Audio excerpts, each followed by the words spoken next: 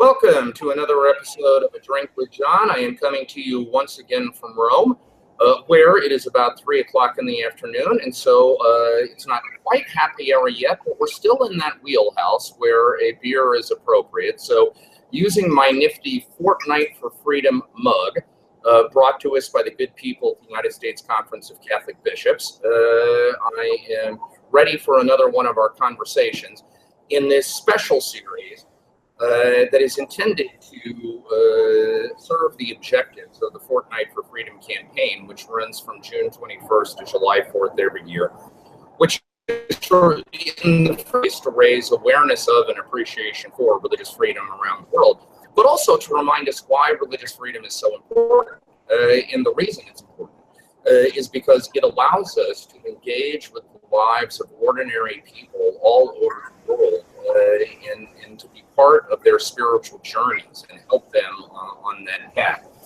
And we are joined by someone today who does that magnificently, and that is Donna-Marie Cooper O'Boyle, who is an author and a journalist and an EWTN host, and a retreat leader, and basically the queen of all media. I mean, there's basically nothing this woman does not do to try to light a fire in people's souls and help them get closer to God.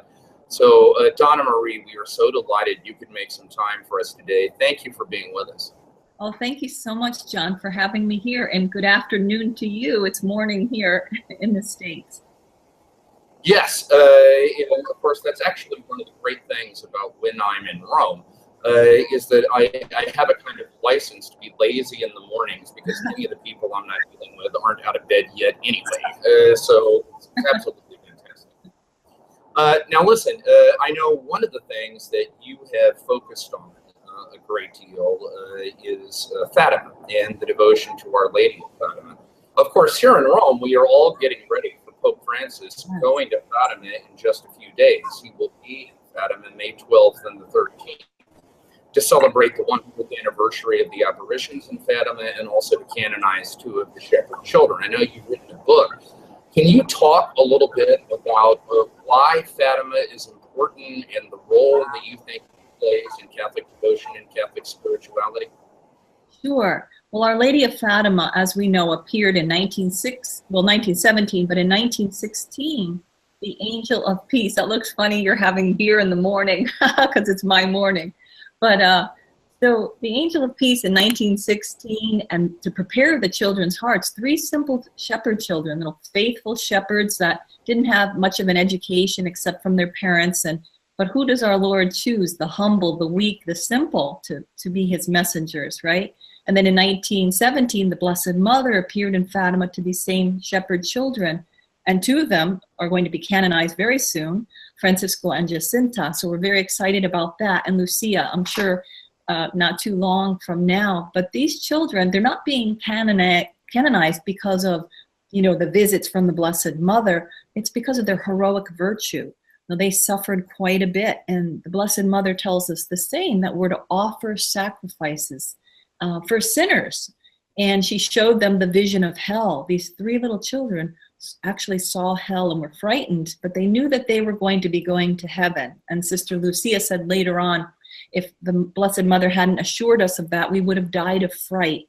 And the Blessed Mother wanted them to see the reality of hell so that they can in turn let the world know that there is hell, there is a consequence for sin. Now look at the world today. You were asking about the relevance of this apparition. Well, the Blessed Mother asks us to pray the daily rosary, to pray this daily, and to make the 5 First Saturday devotion. And she said certain things could change. So, we have the power through prayer to actually change the world. Our Lord and our Blessed Mother through the rosaries. So the messages of Our Lady of Fatima 100 years ago are so applicable to our lives right now. And it's so important for us to, step up to the plate and do our part and stop worrying about whether the consecration was done properly. Yes, it was. Sister Lucia said, yes, it was. St. John Paul II did it properly, and it has been done. Now we need to do our part and to say those prayers and to do the 5 First Saturdays so that we can help our Blessed Mother in her her plans for the world in her peace plan, actually. And can you talk a little bit, Donna-Marie, about why you think it is important that Pope Francis is going to Fatima right now, and maybe something about what your expectations or hopes for that trip might be? Oh, I think it's just so beautiful that, you know, the church is going to canonize these little shepherds, these little, you know, they weren't martyrs of, you know, blood. They were martyrs of heroic virtue, you know, offering so many sufferings and going without water on hot days and wearing ropes around their waist for an extra reparation, and giving their food away to the poor, and you know, in their last moments even offering all of that awful pain from their illnesses to convert sinners. That was what they were doing.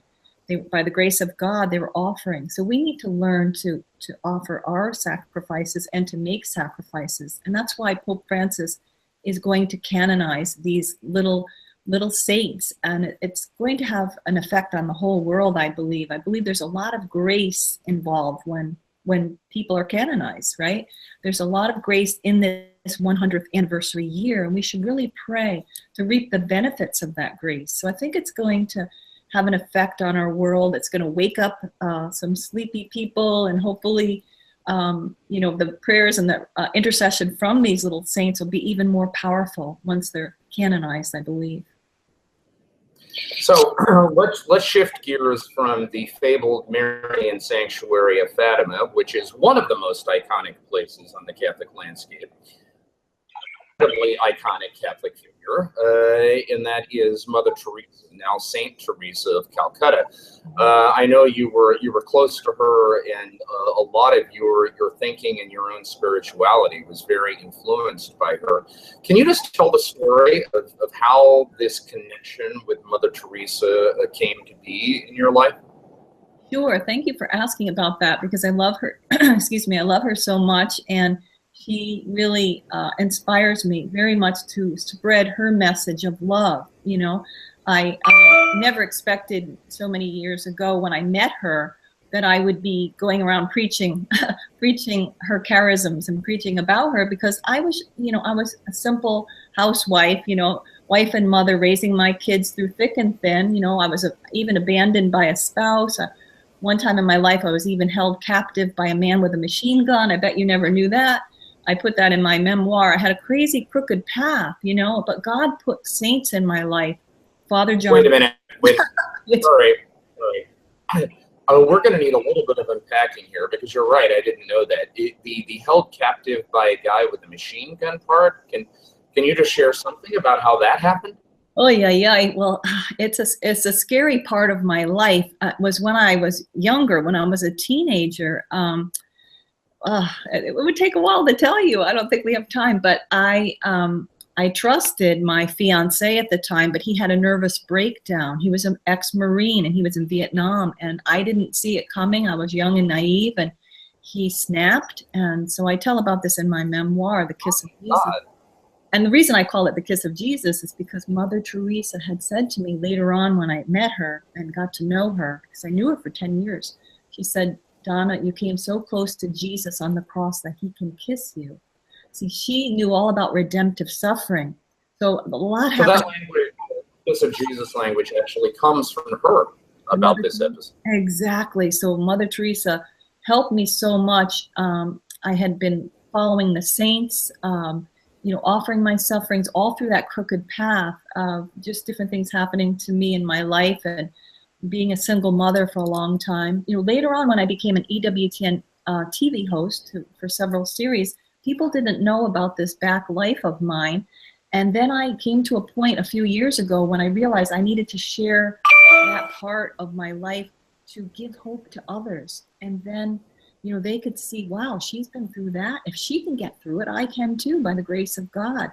So that's why I share this crazy story of my life. But so many things happened, but God was always with me in those dark corners. And then God put Father John Hardin in my life. He became my spiritual director.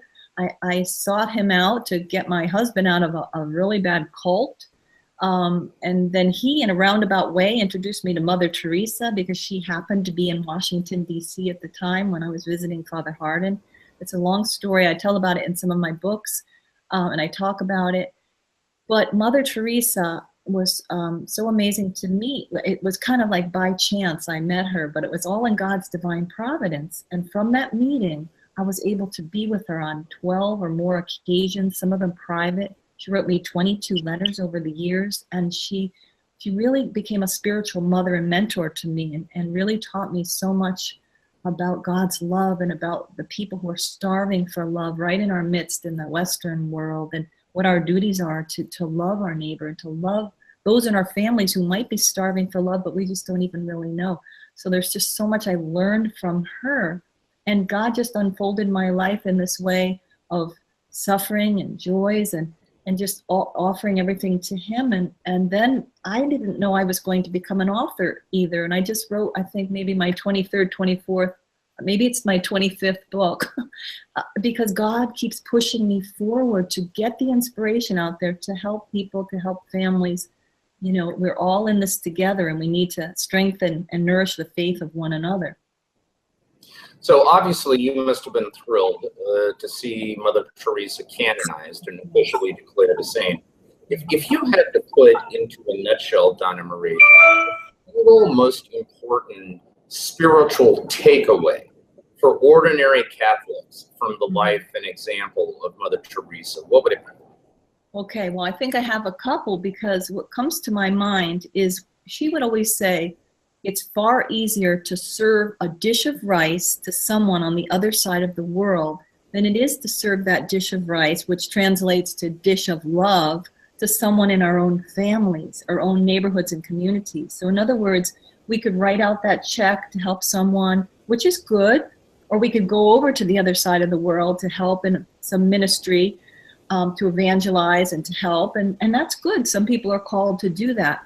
But I think a lot of us get caught up in what we think we're supposed to do, and we're involved in so many committees, so many activities, that we're neglecting our own family. And she said, love begins at home. So to remember that, that persnickety relative, or that person giving you the finger in traffic, I'm sorry to say, all of these things can become opportunities for prayer and grace, and also an opportunity to evangelize. So, to make sure we don't neglect our own. Also, he said, Calcutta is all over the world for those who have eyes to see. So, and again, it's not, running off to Calcutta necessarily.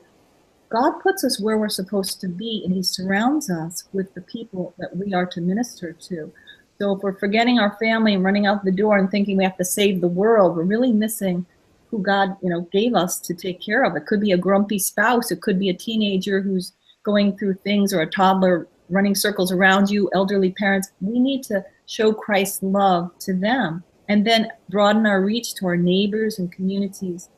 And I often tell people that it's in that time, it's in that moment when you push a little beyond your comfort zone to talk to that stranger or that woman. See, I fill my books with all these stories, because it's not to say, oh, look what happened to me, God used me. Not at all. It's to try to encourage the people who might be a little nervous to push beyond their comfort zone, to stop and help that mother who's having a meltdown on the airport floor, like happened to me with this woman, and taking the time to help her. And then I asked if I could give her a hug.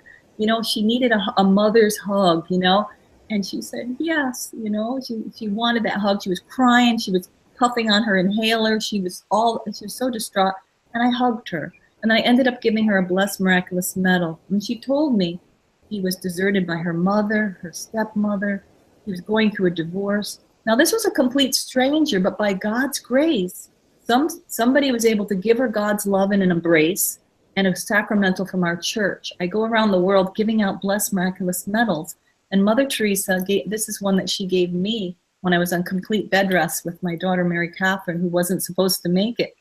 And Mother Teresa prayed for me. So I'm always wanting to tell people, push a little beyond your comfort zone. Don't walk past that need.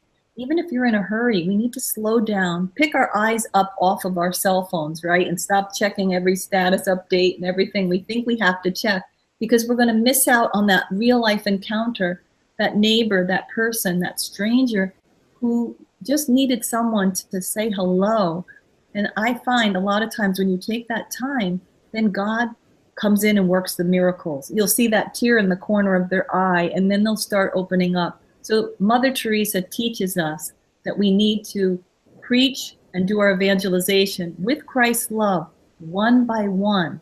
She didn't jump up on the nearest table and start preaching. She took care of that person there or that person there. You know, I was Jesus to her. Each person she met, he thought was Jesus in the disguise of the poorest of the poor. And she lived by the gospel in Matthew, whatever you do to the least of my brothers, you do to me. So she teaches us so much. And if we had a couple of hours, I'd keep going on Mother Teresa. Yeah, it seems like you're just scratching the surface of your passion. But listen, we're almost out of time, but I do want to ask you this. This conversation we're having today is, of course, brought to us by the U.S. Conference of Catholic Bishops and their Fortnight for Freedom campaign. You know, you are somebody who speaks very openly about your faith, very passionately. Clearly, you are passionate about sharing this with others and helping others discover the same tenderness and mercy and love of God that you've experienced in your own life. Fair to say, Donna-Marie, that you cherish the freedom to be able to do that and wish everyone had the same freedom to be able to do it? Oh, absolutely, absolutely. And my heart goes out and I pray for those who do not have that freedom. Please, dear Lord, have mercy. You know, we need to pray for everyone that they will have that freedom. Right. Well, thank you so much. We have been listening to Donna-Marie Cooper O'Boyle, author, journalist, lecturer, retreat leader, EWTN TV host. If you just simply Google Donna-Marie Cooper O'Boyle, you will find her webpage and all of her resources, which are precious resources for the spiritual life. I recommend those. This has been part of the Special Drinks with John series, brought to us by the great folks at the United States Conference of Catholic Bishops and their Fortnight for Freedom campaign.